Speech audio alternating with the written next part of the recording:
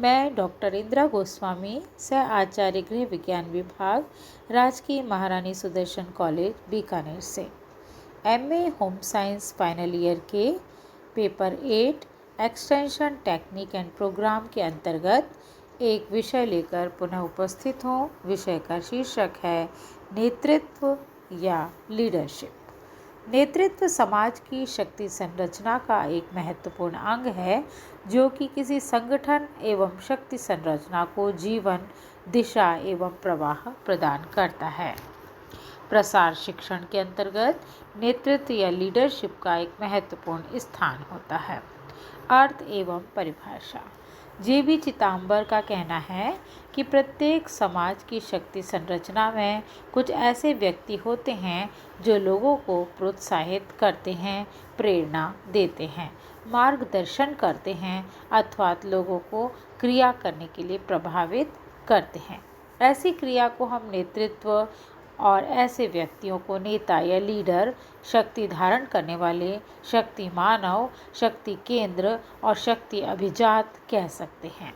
ऐसे व्यक्ति समूह के अन्य लोगों से अपनी भूमिका, प्रभाव और सामाजिक शक्ति के कारण ही भिन्न या अलग गिने जाते हैं।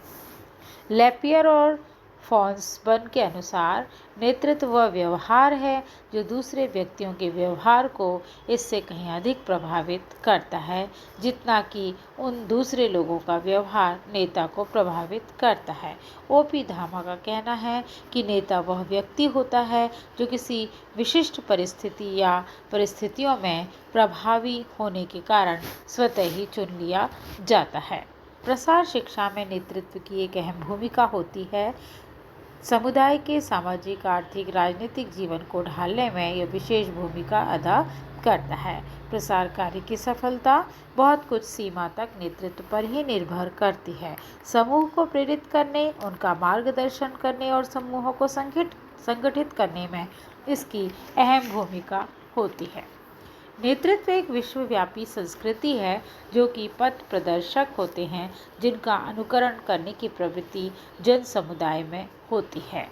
प्रसार कार्यकर्ता को अधिकतम लोगों तक पहुंचना है तो उसे ग्रामीण नेताओं और सेवाओं का प्रयोग करना आवश्यक होता है, अर्थात जो मनुष्य के व्यवहार को प्रभावित कर सके, उनके व्यवहारों पर नियंत्रण रख सके, उनका मार्गदर्शन कर सके, उनकी समस्याओं को सुलझा सके, नेता कहलाता है। नेता वो व्यक्ति है जो समूह को लक्ष्य प्राप्ति के लिए प्रभावशाली तरीके से प्रेरित करता है।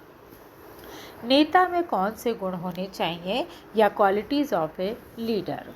विद्वानों के अनुसार एक सच्चे और सफल नेता में निम्नलिखित गुणों का होना आवश्यक है।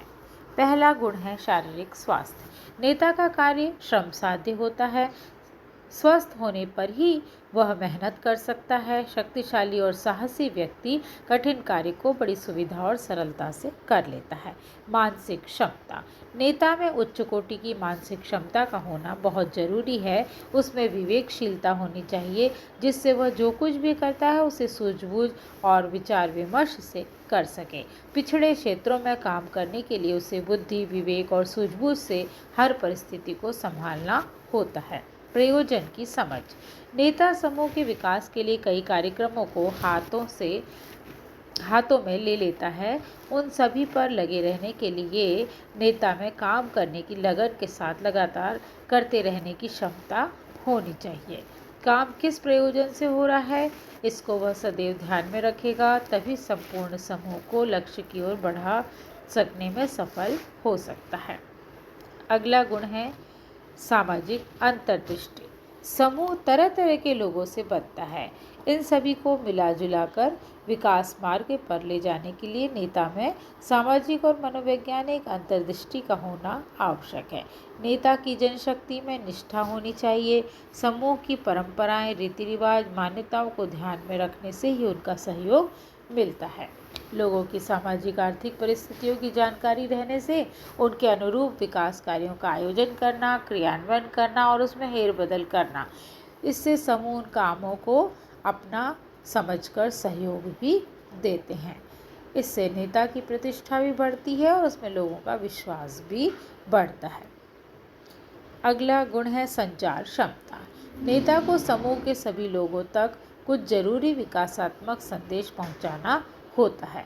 संदेश और सूचनाओं के माध्यम अनेक होते हैं। सूचनाओं को स्पष्ट और उद्देश्यपूर्ण रूप में श्रोताओं तक पहुंचने की क्षमता नेता में होनी चाहिए। स्नेही और शुभचिंतक नेता समूह का अपना होता है। उसे सभी का कल्याण और हित को ध्यान में रखकर काम करना होता है। इससे वह कार्यों का संपादन का श्रेय सभी में बांट देता है, जिससे उत्साहित होकर लोग कार्य को करते हैं।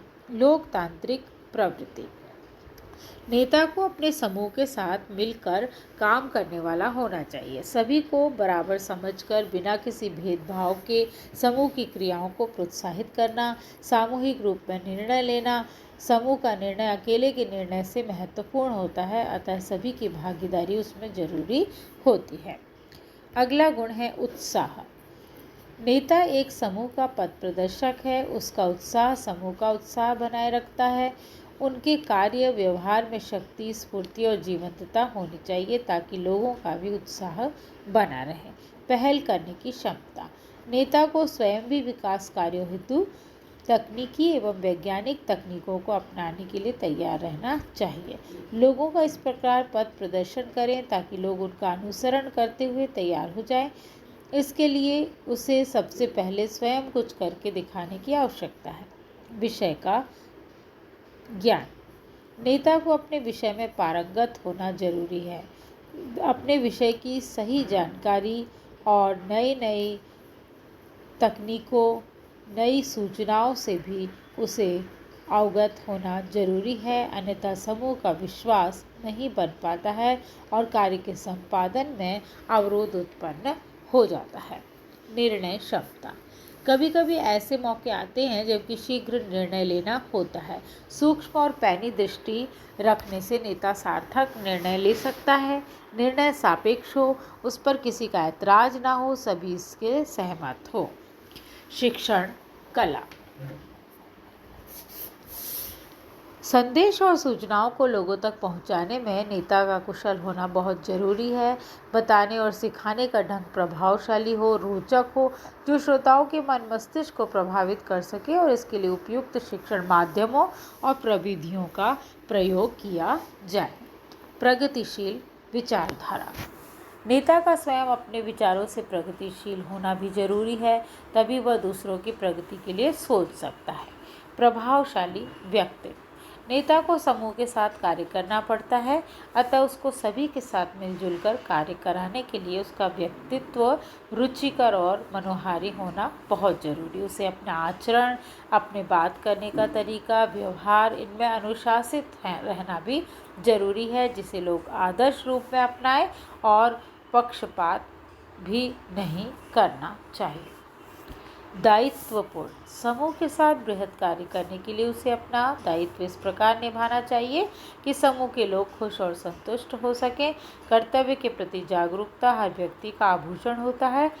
नेता के लिए यह और भी आवश्यक है। प्रबंधन व्यवस्थापन इससे विकास कार्यों में भी सफलता मिलती है।